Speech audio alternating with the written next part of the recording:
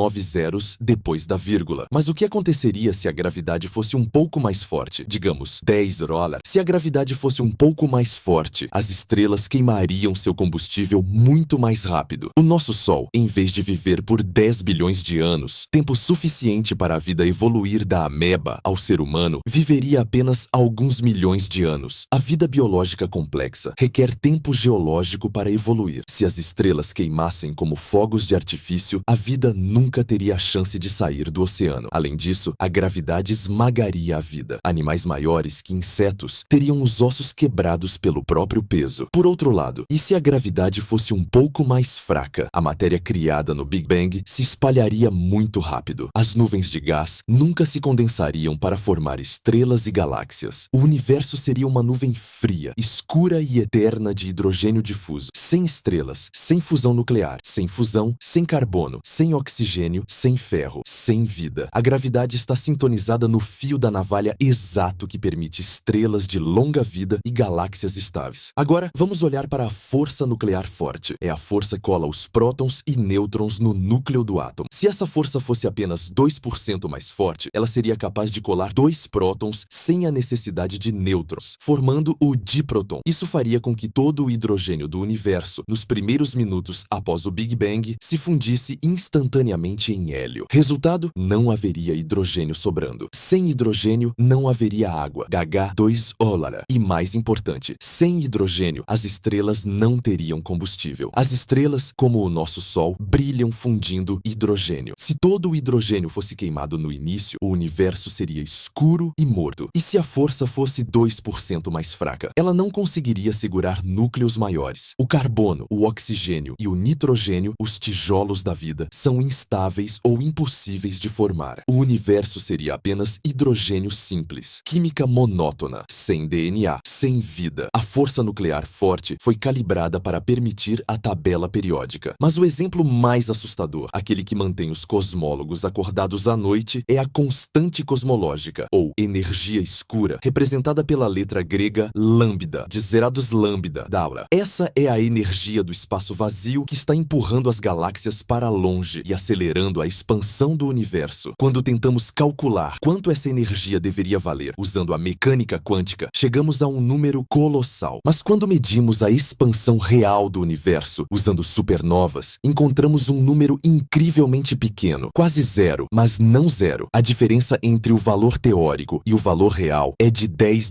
dólares. É o maior erro de previsão da história da ciência. Mas o que importa aqui é o ajuste fino. O valor real da energia escura é positivo e minúsculo. Se a energia escura fosse um pouco mais forte, a expansão do universo teria sido tão violenta que a gravidade nunca teria conseguido juntar a matéria. As galáxias nunca teriam se formado. O universo seria um vazio em expansão acelerada, onde cada átomo estaria isolado a bilhões de anos-luz de distância do outro. Se a energia escura fosse um pouco mais fraca ou negativa, o universo teria colapsado sobre si mesmo logo após o Big Bang. O Big Crunch teria acontecido antes que a primeira estrela nascesse. Para que o universo seja habitável, a energia escura teve que ser ajustada com uma precisão de 1 parte em 10 dólares. Tentem visualizar esse número. É como tentar disparar uma bala de um rifle da Terra e acertar uma moeda de 10 centavos na borda do universo observável e acertar no centro exato da moeda. A chance de isso acontecer por acaso é, para todos os fins práticos, nula. Diante desses números, a comunidade científica se viu encurralada. O famoso astrônomo Fred Hoyle, que era ateu e cunhou o termo Big Bang de forma pejorativa, ficou tão abalado ao descobrir o ajuste fino do átomo de carbono, a ressonância que permite que 3 átomos de hélio formem carbono nas estrelas, que escreveu: uma interpretação de bom senso dos fatos sugere que um superintelecto mexeu com a física, bem como com a química e a biologia, e que não existem forças cegas dignas de nota na natureza. Hoyle, um homem que rejeitava a religião, olhou para os dados e viu a assinatura de um designer. Parecia que o universo sabia que estávamos chegando. Isso reviveu o argumento do design de Newton com esteroides. Não estávamos mais falando de olhos são complexos ou pássaros voam bem. Estávamos falando da estrutura matemática da realidade. Então, quais são as opções? Como explicamos essa coincidência milagrosa? Basicamente, temos 3 portas para escolher. Porta número 1, sorte bruta. Talvez exista apenas um universo. Talvez as constantes tenham se fixado aleatoriamente no Big Bang e nós ganhamos na loteria cósmica na primeira e única tentativa. Cientificamente, essa é a pior explicação. A probabilidade é tão baixa que beira o impossível. Apostar a existência da ciência na sorte de 1 em 10 do Lala é intelectualmente desonesto. Porta número 2, design inteligente. Deus. Alguém girou os botões. Alguém ajustou o rádio. Uma inteligência transcende ao universo, escolheu esses valores especificamente para criar um habitat para a vida inteligente. Essa explicação satisfaz o porquê, mas frustra a ciência porque encerra a investigação. Deus fez assim, não gera novas previsões testáveis. Mas, dada a precisão do ajuste, é uma conclusão lógica muito forte. O alfaiate sabia as medidas do cliente. Porta número 3. O multiverso e o princípio antrópico. É aqui que a maioria dos físicos modernos, incluindo eu, busca refúgio. Se a probabilidade de um universo habitável é infinitesimal, então a única maneira de explicar nossa existência sem invocar Deus é assumir que existem infinitas tentativas. Imagine que você joga na loteria. A chance de ganhar é de 1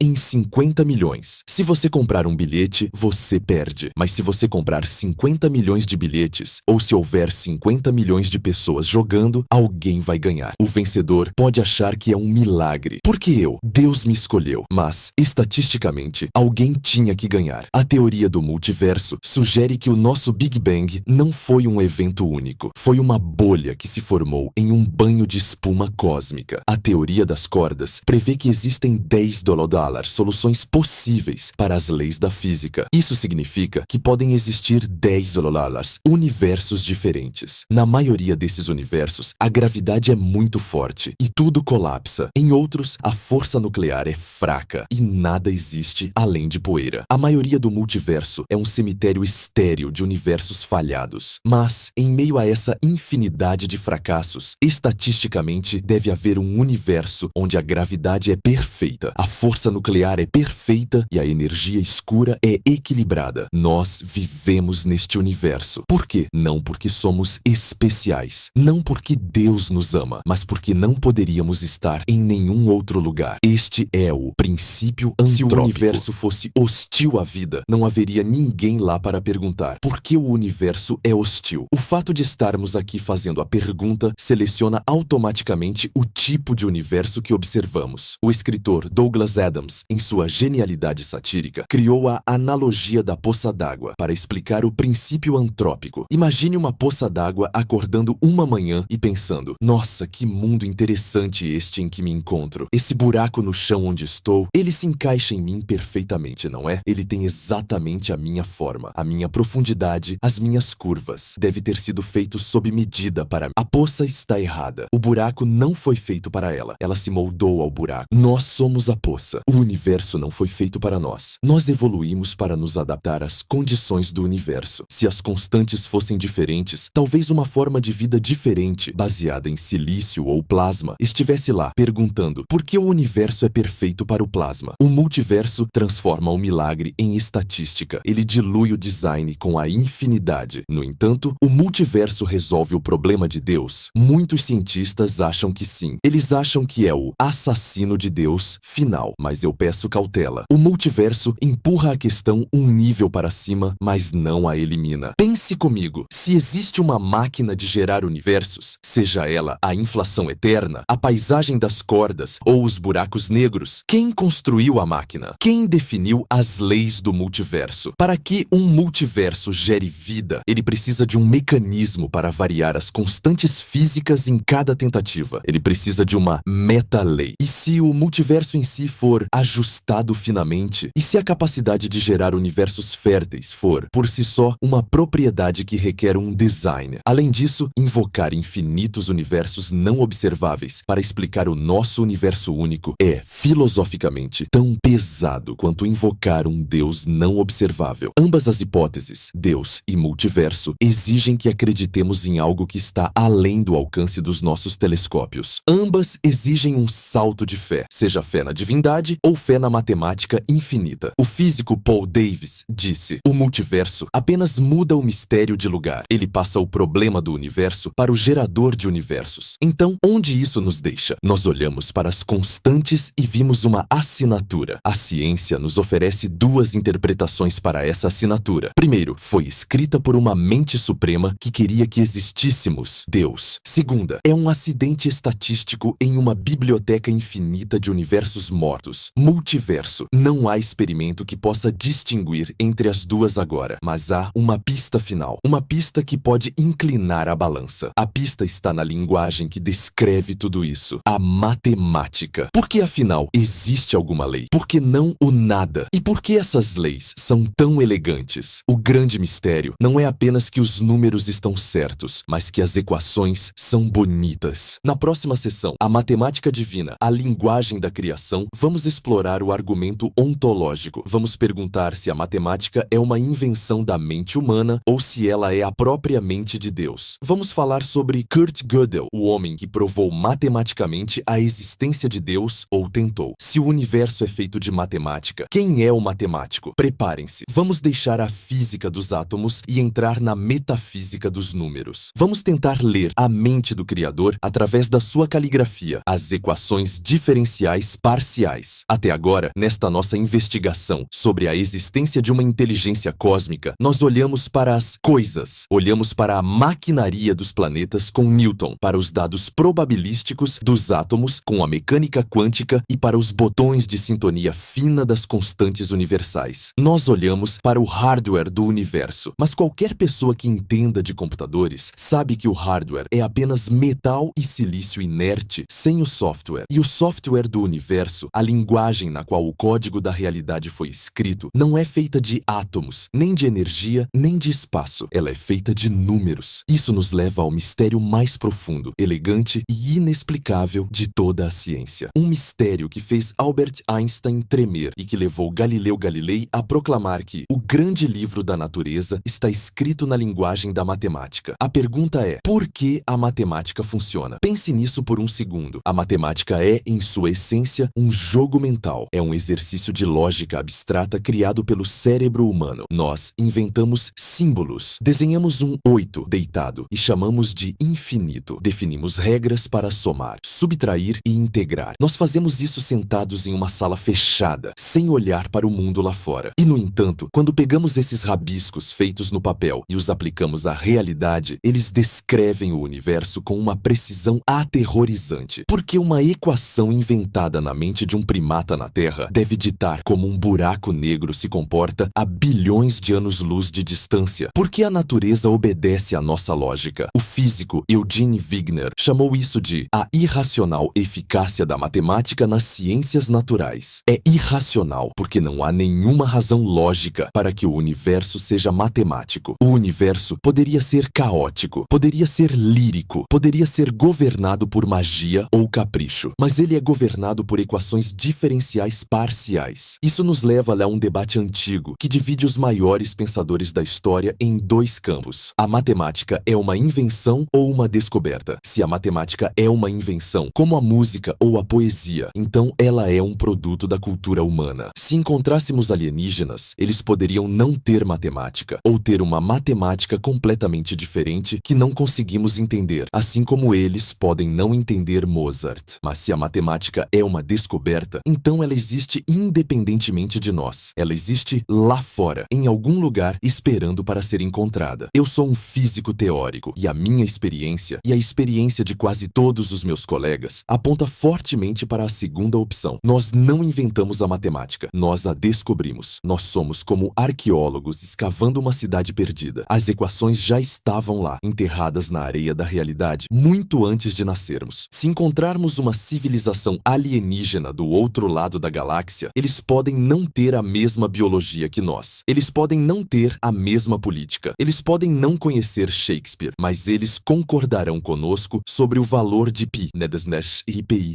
dólar. Eles concordarão que a área de um círculo é pi e $2. Eles concordarão com os números primos. A matemática é a única linguagem verdadeiramente universal. Ela transcende a biologia, a cultura e até mesmo o tempo. O teorema de Pitágoras era verdadeiro antes de a Terra se formar e continuará verdadeiro depois que o Sol morrer. Isso sugere algo profundo sobre a natureza de Deus. Se os números são eternos, imutáveis e universais, onde eles existem? Onde fica o número 7? Você não pode tocar no número 7. Você não pode chutá-lo. Ele não é feito de átomos. No entanto, ele é real. Talvez mais real do que a cadeira em que você está sentado, porque a cadeira vai apodrecer e desaparecer, mas o conceito de 7 permanecerá para sempre. O filósofo grego Platão acreditava que existia um mundo das formas, um reino perfeito e eterno onde a matemática vivia. Para muitos cientistas religiosos, esse mundo das formas é a mente de Deus. Quando fazemos física, estamos nas palavras de Johannes Kepler, pensando os pensamentos de Deus depois dele. Estamos decifrando o plano original. A prova mais forte de que a matemática é a linguagem da criação vem do poder da previsão. Muitas vezes, a matemática é mais inteligente do que os físicos que a usam. As equações sabem coisas que nós não sabemos. Vejam o caso de James Clerk Maxwell, no século XIX. Ele brincava com equações de eletricidade e magnetismo. Ele era apenas um matemático organizando fórmulas. Mas, quando ele combinou as equações, a matemática cuspiu um número, a velocidade da luz. Maxwell não estava procurando a luz. A matemática lhe disse: a eletricidade e o magnetismo, quando oscilam juntos, criam luz. Foi uma revelação puramente matemática que previu a existência das ondas de rádio, do Wi-Fi e do radar, décadas antes de serem construídos. Ou vejam o caso de Paul Dirac, em 1928. Ele estava tentando escrever uma equação para o elétron, mas a matemática dele tinha um problema. Ela dava duas respostas. Era como a raiz quadrada de 4. Pode ser plus $2 ou $2. A equação de Dirac funcionava para um elétron de energia positiva, mas também previa um elétron de energia negativa. Na época, isso não fazia sentido físico. A maioria dos físicos diria: ignore a resposta negativa. É apenas um artefato matemático, como um comprimento negativo. Mas Dirac confiou na matemática. Ele disse: se a equação diz que existe, então existe. Ele previu a existência da antimatéria. Anos depois, descobrimos o positron no laboratório. A matemática previu uma nova forma de matéria que ninguém jamais tinha imaginado. Como isso é possível se a matemática é apenas uma invenção humana? Como um rabisco no papel pode revelar segredos escondidos na estrutura do cosmos? Isso acontece porque a estrutura do cosmos é matemática. Isso nos leva a crer que, se quisermos encontrar Deus, não devemos procurá-lo em milagres sobrenaturais, mas na elegância suprema das leis. Um Deus que desenha um universo onde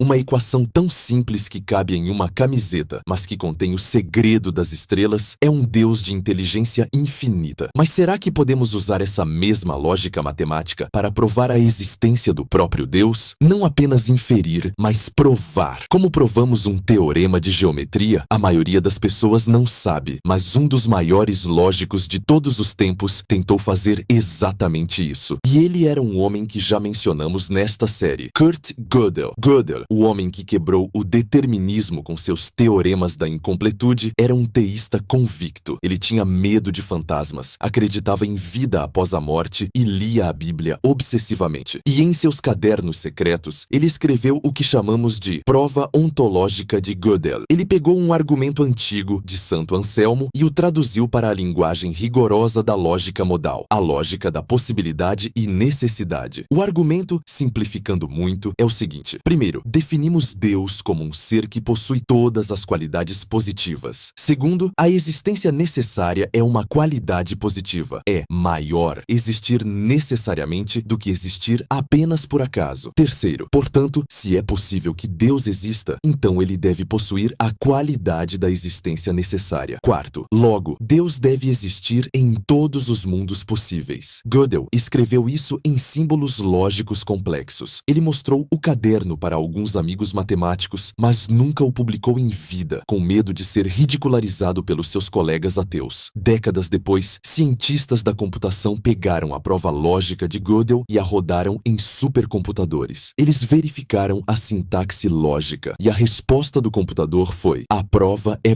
válida. Se você aceitar as premissas de Gödel, o que é Deus e o que é positivo, a lógica exige que Deus exista. Claro, isso não prova que o Deus barbudo da Bíblia existe. Prova que o conceito de um ser máximo necessário é logicamente consistente e inevitável dentro desse sistema axiomático. É uma prova matemática de uma entidade abstrata suprema. Mas voltemos à física. A prova de Gödel é um exercício de lógica pura. Eu quero algo tangível. Quero a equação de Deus física. Nós, físicos, temos um sonho. É o sonho final de Einstein. Nós queremos encontrar uma única equação, talvez com não mais de 1 polegada de comprimento, que possa resumir toda a matemática do universo. Hoje temos 2 metades do mapa do tesouro. Temos a relatividade geral, que explica a gravidade e o cosmos, e o modelo padrão, que explica os átomos e a mecânica quântica. O problema é que essas 2 matemáticas não se conversam. Elas se odeiam. Se você tentar combiná-las matematicamente, elas geram infinitos e erros. A mão esquerda de Deus não fala com a mão direita. Isso é feio. E se acreditamos no Deus da ordem, o universo não pode ser feio na sua base. Deve haver uma harmonia oculta que une essas 2 teorias. Essa busca pela unificação é a busca pela mente de Deus. Se encontrarmos essa equação, teremos lido o código-fonte da criação. Saberemos por que o universo é assim e não de outro jeito. Saberemos se o ajuste fino foi necessário ou acidental. E é aqui que entra a minha aposta pessoal. É aqui que entra a teoria que dediquei a minha vida a construir. Eu acredito que a matemática que descreve essa unificação já foi encontrada, pelo menos em partes. Ela não é baseada em pontos. Ela não é baseada em partículas. Ela é baseada em música. Desde Pitágoras, há 2500 anos, nós suspeitamos que a música e a matemática são irmãs. Pitágoras descobriu que as harmonias musicais agradáveis correspondem a proporções matemáticas simples no comprimento das cordas de uma lira. Ele propôs a música das esferas. Ele achava que os planetas zumbiam em harmonia celestial. Hoje, achamos que Pitágoras estava certo, mas não sobre os planetas. Ele estava certo sobre a matéria. Se a matemática é a linguagem, qual é a mensagem? A mensagem é uma sinfonia. Na próxima e última sessão, conclusão, a teoria das cordas e a música do hiperespaço. Vou explicar o que eu acho que é a verdadeira natureza de Deus. Não é um velho no céu. Não é apenas uma equação fria no quadro negro. É uma vibração. É uma ressonância que preenche o vazio de 11 dimensões. Nós somos, literalmente, notas musicais na pauta da criação. E a mente de Deus, como Einstein tanto procurava, pode finalmente ser definida de uma maneira que satisfaz tanto a ciência quanto a alma. Preparem-se para ouvir a música do hiperespaço. A prova de Deus não é algo que se vê, é algo que se ouve na matemática do universo. Chegamos ao final da nossa odisseia intelectual. Passamos a última hora e meia explorando os recantos mais profundos da realidade em busca de uma resposta para a pergunta mais antiga da humanidade. Existe um Deus? Começamos nossa jornada no jardim de Isaac Newton, onde a descoberta da gravidade sugeriu pela primeira vez que o universo era um relógio mecânico preciso, exigindo a existência de um relojoeiro inteligente. Mas logo, vimos esse relógio ser desmontado pelo ceticismo de Laplace e, mais tarde, estilhaçado pela incerteza da mecânica quântica, que transformou o determinismo divino em um jogo de dados probabilístico. Depois, olhamos para as estrelas e para as constantes fundamentais da física. Encontramos o mistério do ajuste fino, a descoberta perturbadora de que as leis da natureza parecem ter sido calibradas com uma precisão de dezenas de casas decimais para permitir a nossa existência. Perguntamos se isso era sorte, multiverso ou design. E na última sessão, mergulhamos na eficácia irracional da matemática, tentando entender por que rabiscos abstratos no papel conseguem descrever a dança das galáxias. Vimos que a lógica de Kurt Gödel sugere que a existência de um ser necessário é matematicamente consistente, mas que provar a consistência do sistema estando dentro dele é impossível. Parece que estamos em um impasse. A ciência nos levou até a porta do templo, mas não consegue nos levar para dentro. Mas eu sou um físico teórico e a missão da minha vida, o sonho que carrego desde criança quando vi a foto da mesa de trabalho de Albert Einstein no dia de sua morte, com aquele caderno aberto contendo uma equação inacabada, é encontrar a resposta final. Einstein passou os últimos 30 anos de sua vida perseguindo uma única coisa, a teoria do campo unificado. Ele queria uma equação, talvez com não mais de 1 polegada de comprimento, que pudesse unir a força da gravidade com o eletromagnetismo. Ele queria ler ler a mente de Deus. Ele falhou, mas ele falhou porque não sabia o que sabemos hoje. Ele não conhecia a força nuclear forte e a força fraca. Hoje, nós temos as peças do quebra-cabeça que faltavam a Einstein. Nós temos o modelo padrão das partículas, que é a teoria mais bem-sucedida da história, capaz de prever o comportamento dos átomos com precisão incrível. Mas o modelo padrão tem um defeito fatal. Ele é feio, ele é uma colcha de retalhos. Ele tem 19 parâmetros livres que precisamos ajustar à mão. É como colar um ornitorrinco com fita adesiva. Funciona, mas não tem a elegância de uma águia. E pior, ele não inclui a gravidade. Se tentamos misturar a matemática do átomo com a matemática da gravidade, as equações explodem. Elas geram infinitos sem sentido. A natureza não pode ser assim tão feia e incoerente na sua base. Se acreditamos no Deus de Spinoza, o Deus da harmonia e da ordem, deve haver uma teoria mais profunda, mais simples e mais bela que une tudo. E é aqui que entra a minha aposta. É aqui que entra a teoria que ajudei a desenvolver e que considero a única candidata viável para ser a equação de Deus, a teoria das cordas. Por séculos, nós pensamos que os constituintes fundamentais da matéria, os elétrons, os quarks, os neutrinos, eram pontos, partículas pontuais, sem dimensão. Mas a matemática de partículas pontuais é problemática. Quando dois pontos colidem, a força se torna infinita. A teoria das cordas propõe uma mudança radical de paradigma. Ela diz que, se tivéssemos um supermicroscópio capaz de ver além do núcleo do átomo, não veríamos pontos. Veríamos pequenos filamentos de energia vibrante. Veríamos elásticos minúsculos. Veríamos cordas. E aqui está a beleza da ideia. Uma corda pode vibrar de muitas maneiras diferentes. Se você dedilha uma corda de violão de um jeito, ela produz um dó. Se você dedilha de outro jeito, ela produz um ré. Você não precisa de cordas diferentes para notas diferentes. É a mesma corda, vibrando em frequências diferentes. Na teoria das cordas, as partículas subatômicas são as notas musicais que a corda toca. O que chamamos de elétron é a corda vibrando em um modo. O que chamamos de quark é a corda vibrando em outro. O que chamamos de graviton, a partícula da gravidade, é a corda vibrando em um terceiro modo. Isso unifica tudo. A física deixa de ser uma lista de partículas desconexas e passa a ser a teoria da harmonia dessas vibrações. Essa analogia musical não é apenas poética, ela é matematicamente precisa. A física é a harmonia das cordas. A química é a melodia que podemos tocar com essas cordas, combinando-as em moléculas. O universo é a sinfonia. E o que é a mente de Deus que Einstein tanto procurava na visão da teoria das cordas? A mente de Deus não é um homem sentado em uma nuvem. A mente de Deus é a música cósmica ressoando através do hiperespaço de 11 dimensões. Sim, 11 dimensões. A matemática das cordas só funciona, só se torna coerente e mágica se o universo tiver 10 ou 11 dimensões. Nós vivemos em 3 dimensões espaciais e 1 temporal, mas existem outras 6 ou 7 dimensões enroladas, compactadas em cada ponto do espaço, tão pequenas que não podemos vê-las, mas que determinam a geometria da vibração das cordas. O ajuste fino do universo, que tanto nos perturbou, é explicado pela geometria dessas dimensões extras. Se as dimensões fossem dobradas de forma diferente, a corda vibraria diferente. O elétron teria outro peso e a vida seria impossível. A música do nosso universo é a música permitida pela forma do nosso hiperespaço. Isso nos dá uma definição de Deus que satisfaz tanto a ciência quanto a intuição espiritual. Nós somos, literalmente, feitos de música. Cada átomo do seu corpo é uma sinfonia microscópica em execução constante. O universo não é matéria morta, é ressonância pura. E quem é o compositor? Aqui voltamos ao problema da impossibilidade. A teoria das cordas pode nos dar a partitura da sinfonia. Ela pode nos mostrar as notas, pode nos mostrar as harmonias, pode até nos levar a entender como o universo nasceu, talvez da colisão de duas membranas ou branas no hiperespaço, mas ela não pode nos apresentar o compositor. Nós somos notas musicais tentando agarrar o músico. Uma nota musical existe dentro do tempo. Ela tem um começo e um fim. Ela é definida pela sua frequência. O músico existe fora da música. Ele existe no silêncio que precede a primeira nota e no silêncio que sucede à última. A ciência, por ser a ferramenta que analisa a vibração, está confinada ao reino do som. Ela nunca poderá tocar o silêncio criador. Portanto,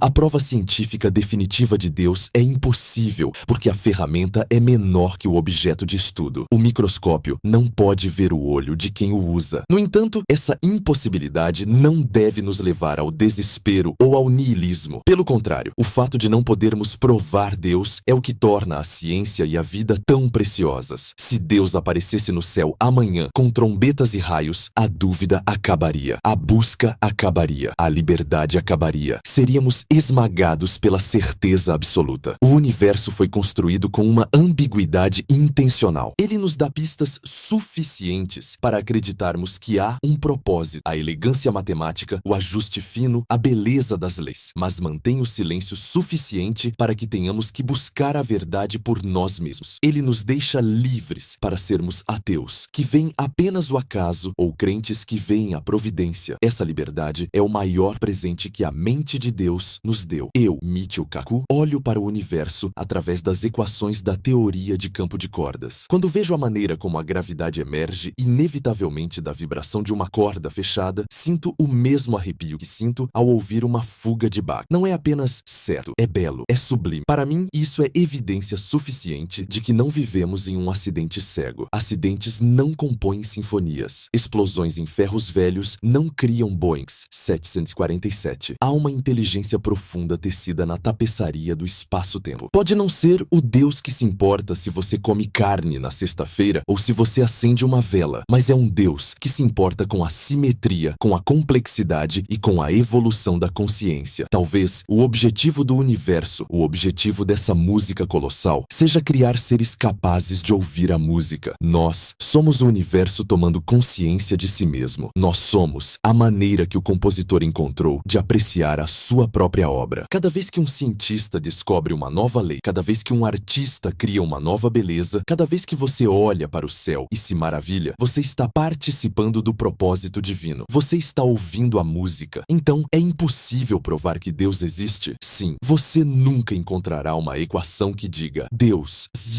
verdadeiro, mas é impossível ignorar a evidência de que algo está acontecendo nos bastidores. A equação de Deus que buscamos na física não é uma prova teológica, é a chave para entender a mente do mestre. Quando finalmente a encontrarmos, e eu acredito que vamos, talvez ainda neste século, teremos completado a tarefa que Newton começou. Teremos lido o código-fonte da realidade. E quando lermos esse código, suspeito que não encontraremos uma assinatura burocrática. Encontraremos uma partitura. Encontraremos uma harmonia tão perfeita que a única reação possível será o silêncio e a reverência. Eu sou o professor Michio Kaku. Espero que esta jornada pelo impossível tenha expandido a sua percepção do cosmos. Não importa se você chama isso de Deus, de natureza, de matemática ou de multiverso. O importante é nunca perder a capacidade de se maravilhar. O universo é um lugar estranho, belo e misterioso. E o fato de estarmos aqui, conscientes e capazes de fazer essas perguntas, é o maior milagre de todos. Continuem olhando para as estrelas. Continuem ouvindo a música. Obrigado e até a próxima.